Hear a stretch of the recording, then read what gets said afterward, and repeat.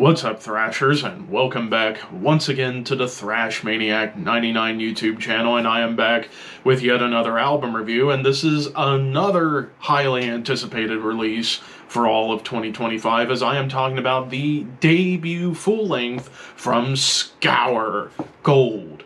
This also came out on February 21st, this time on Nuclear Blast Records.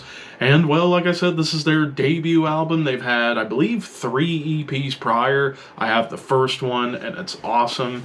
So, for those who have been living under a rock, this is a black metal / blackened death metal supergroup that features current and former members of bands like Cattle Decapitation, Misery Index, Agoraphobic Nosebleed, Pig Destroyer, but most famously, Phil Anselmo of Pantera.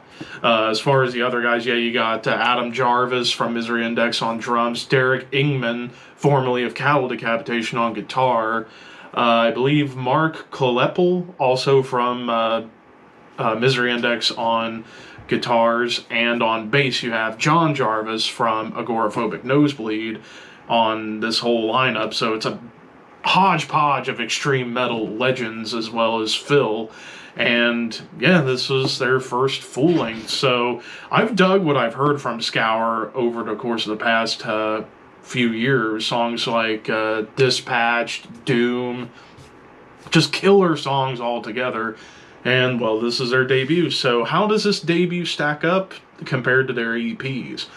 Well, kicking things off with the song Cross, immediately Adam Jarvis makes his presence felt with an awesome intro and straight into blast beats and like atonal tremolo riffs and just overall riffs of darkness, like very much akin to, like, I would say Swedish black metal bands like Dark Funeral and Marduk in particular. Like their style of black metal they're going for is mostly rooted in the Swedish bands like Dark Funeral and Marduk, but a little touch of Norway here, mostly in bands like Urgahal and Shooter in particular, like those more underground Norwegian black metal bands that aren't like the big time legends like Mayhem, Darkthrone, Immortal, and all them. But one thing that definitely sticks out is like the amount of crawling riffs and tremolo melodies you get across the entire album.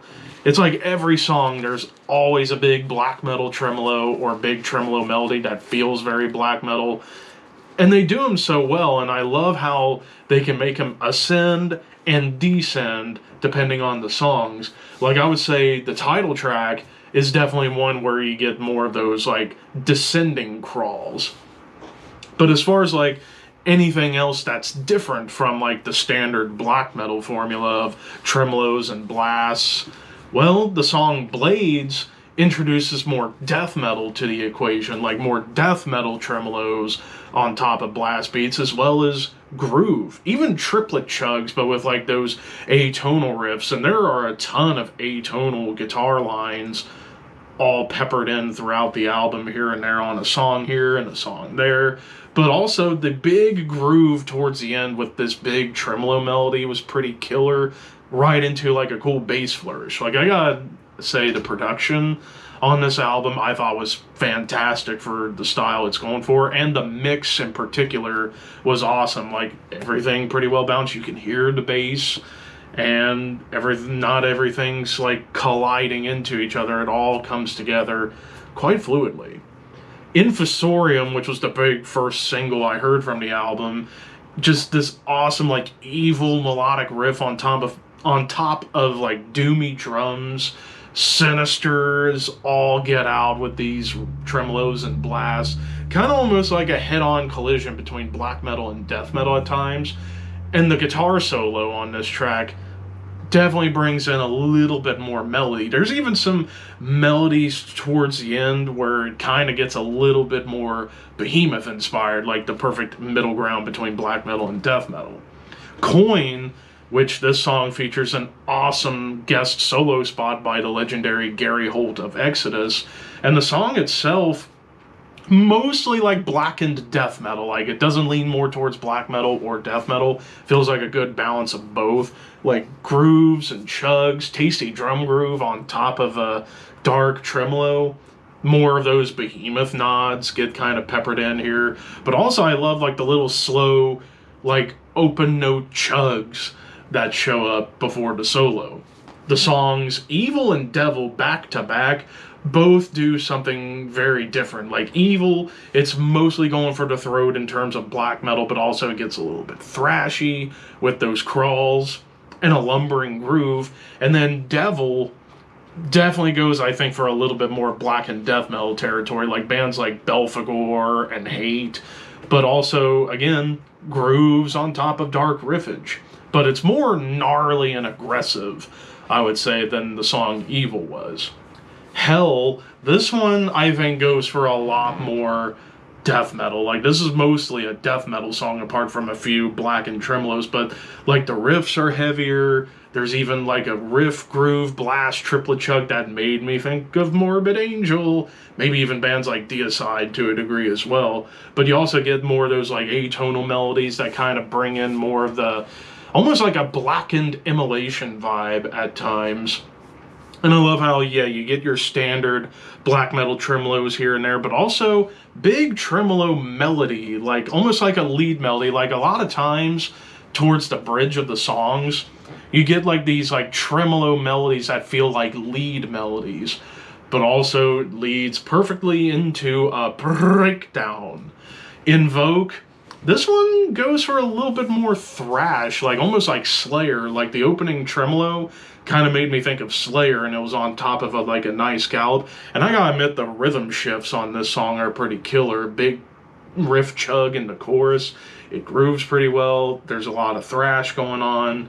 The title track, going back to that, starts off a little bit more on the Dark Funeral side. Like the tremolo melodies come in pretty well. Then it gets into a groove.